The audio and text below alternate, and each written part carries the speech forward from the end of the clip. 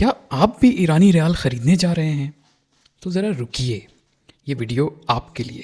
پچھلے ہفتے سے یہ ٹرینڈ چل رہا ہے کہ لوگ اس بات کا سوال کر رہے ہیں کہ انہیں ایرانی ریال میں خرچ کرنا چاہیے، اور مجھے کئی ساری ایسی کالز آ چکی ہیں جو مجھ سے صرف ایک ہی سوال کر رہی ہیں کہ کیا انہیں ایرانی ریال بائی کرنا چاہیے کہ نہیں۔ جب سے امریکہ اور ایران کی جنگ شروع ہوئی ہے، ایک حیران کن رجحان دیکھا گیا ایرانی مارکیٹ میں، ایرانی ریال کی بڑھتی ہوئی قیمت کی صورت میں، اور خاص طور پر پاکستان میں ایرانی ریال کی جو پرائس ہے اس کو بہت اوپر جاتے ہوئے دیکھا گیا ہے۔ یعنی پچھلے ہفتے میں صرف پاکستان میں وہ 1 کروڑ ایرانی ریال جو 2500 روپے کا ملتا تھا، اب وہ 1 کروڑ ایرانی ریال 10,000 روپے تک کا ملتا ہے۔ تو لوگوں میں یہ بات پھیل گئی، یا لوگوں میں یہ بات پھیلائی گئی کہ ایران کی کرنسی وہ امپروو ہوتی جا رہی ہے، ترقی کرتی جا رہی ہے، اور ایران کے اندر ایک فائنینشیل بوم آتا جا رہا ہے، اور کل کو ایسا ہوگا کہ آج اگر وہ ایران کے نوٹ خریدیں گے، کرنسی کے نوٹ، تو کل کو وہ نوٹ ان کے لیے بہت زیادہ پیسہ لائیں گے اور ان کے لیے ایک بہت اچھی انویسٹمنٹ ثابت ہوگی۔ ان سب کے پیچھے جو چیز رسپانسبل ہے وہ ہیں فیک نیوز۔ بندی کے مذاکرات کی بازگشت کے بعد ایرانی ریال کی قدر میں حیرت انگیز اضافہ ہونے لگا۔ جنگ سے پہلے مارکیٹ میں 2,500 پاکستانی روپے کی اور وہ فیک نیوز کس طرح کی ہیں؟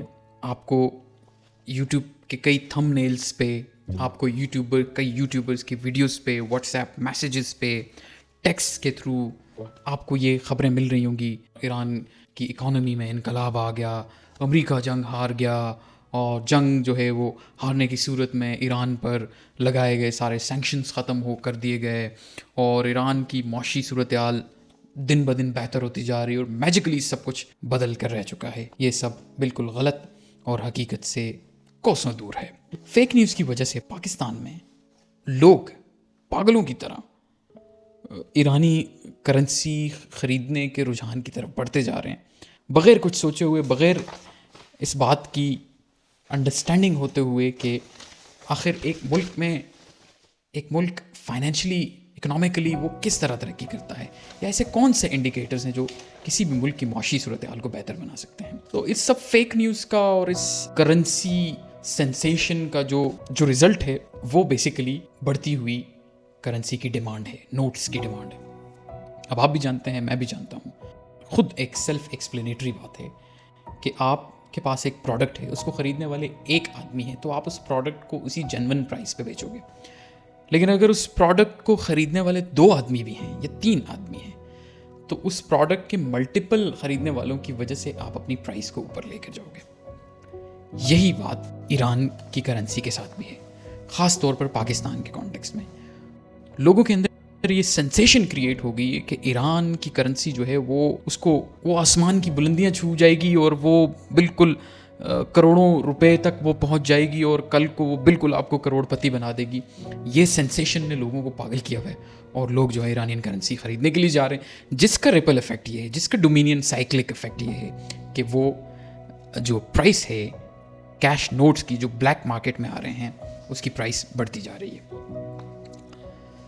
تو اسی وجہ سے میں آج آپ کو یہ بتانے کے لیے آیا ہوں کہ اصل میں آگے ہوگا کیا۔ آپ کو پہلی بات یہ سمجھنی ہے، پہلی اور بالکل اسٹریٹ فارورڈ آپ کو یہ سمجھنا ہے کہ جو ریال آپ خریدیں گے، یہ بات میری آپ نے یاد رکھنی ہے کہ جو ریال آپ خریدیں گے کل کو اس کو آپ سے خریدنے والا کوئی نہیں ہوگا۔ آسان اور سادہ الفاظ میں آپ کو یہ بتا دوں کہ جو کروڑوں روپے اس وقت آپ جمع کر رہے ہیں ایرانین کرنسی میں، کل کو وہ صرف ایک کاغذ کی مانند ہوگی، اس کاغذ کی مانند۔ ایسا انڈیکیٹر نہیں ہے جو آپ کو یہ بتا سکے کہ یار یہ ملک معاشی طور پر ترقی کر رہا ہے، بالکل نہیں۔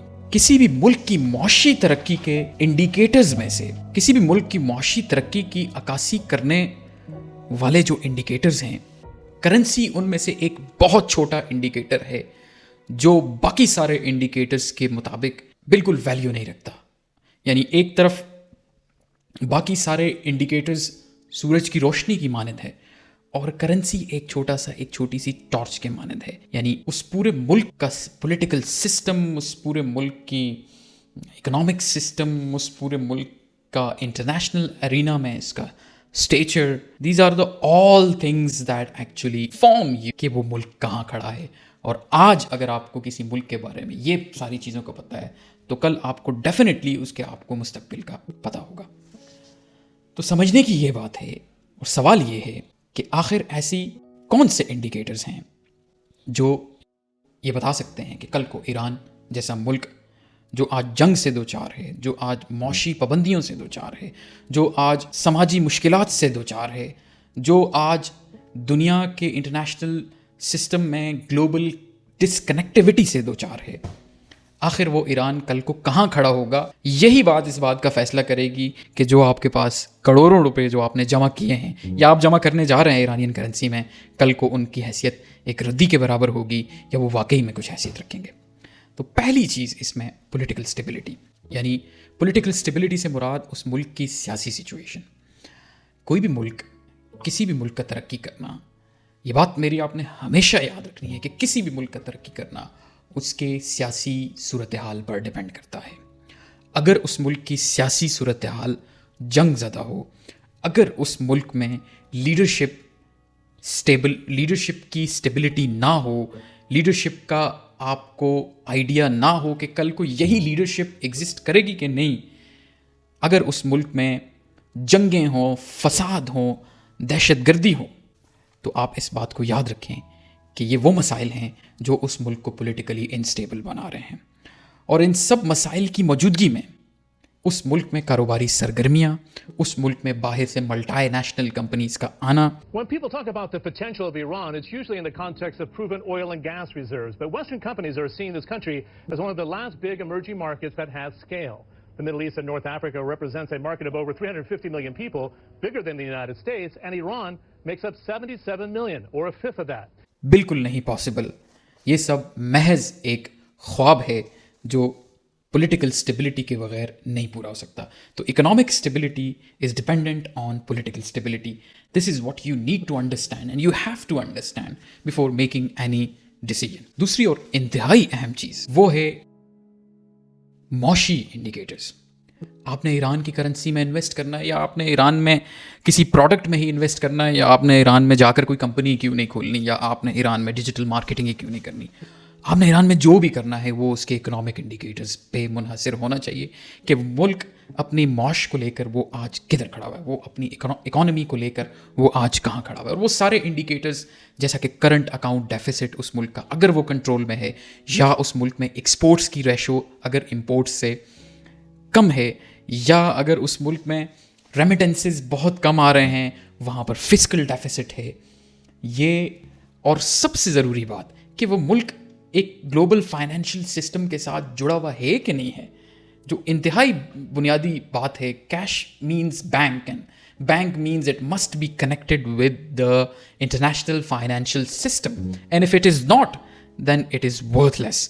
سوال یہاں پر اٹھتے ہیں کہ کیا ایران, آپ اپنے آپ سے خود سوال کریں کہ کیا ایران میں جنگ ختم ہو چکی ہے, پولیٹیکل سٹیبلٹی آ چکی ہے, ایران پر لگے ساری سینکشنز ہٹا دی گئی ہیں, اور آپ سمجھتے ہیں کہ ایران راتوں رات جو ہے اس کی ریفائنریز کھڑی ہو گئی ہیں اور وہ بلڈ ہو گیا, اور اس کا جو اتنے بڑے آئل ریزروز ہیں دنیا کے وہ سارے استعمال ہونا شروع ہو گئے. تو یہ بات بالکل غلط ہے. ایران بالکل بھی پولیٹیکلی اسٹیبل نہیں ہے, نہ ہی اکنامیکلی اسٹیبل ہے, اور بالکل بیسک بات کہ ایران انٹرنیشنل ارینا سے بھی کنیکٹڈ نہیں ہے, گلوبل دنیا کے ساتھ کنیکٹڈ نہیں ہے. مجھے لگتا ہے کہ آپ یہ سوچ رہے ہیں آج آپ جو ریال خرید رہے ہیں وہ 10 سال بعد 1 کروڑ کا ہو جائے گا. شاید آپ کے ذہن میں یہ بات ہو, یا آپ کے ذہن میں یہ بات ہے کہ 5 سال بعد آپ جو 1 لاکھ روپیہ مثال کے طور پہ ایرانی کرنسی میں خرچ کر رہے ہیں تو وہ 5 سال بعد آپ کو کروڑ پتی بنا دے گا. یا آپ کے ذہن میں ایک ایسا یوسفی خواب ہے کہ آپ یہ سمجھ رہے ہیں کہ ایران ایک طاقت بن کے ابھرے گا اور دنیا میں چائنا کے ساتھ جو طاقت کھڑی ہوگی وہ ایران ہوگا. میرا جواب یہ ہے کہ بالکل نہیں. یہ سب فیک نیوز ہے. Every thing is a propaganda and it does not have any connection with the reality.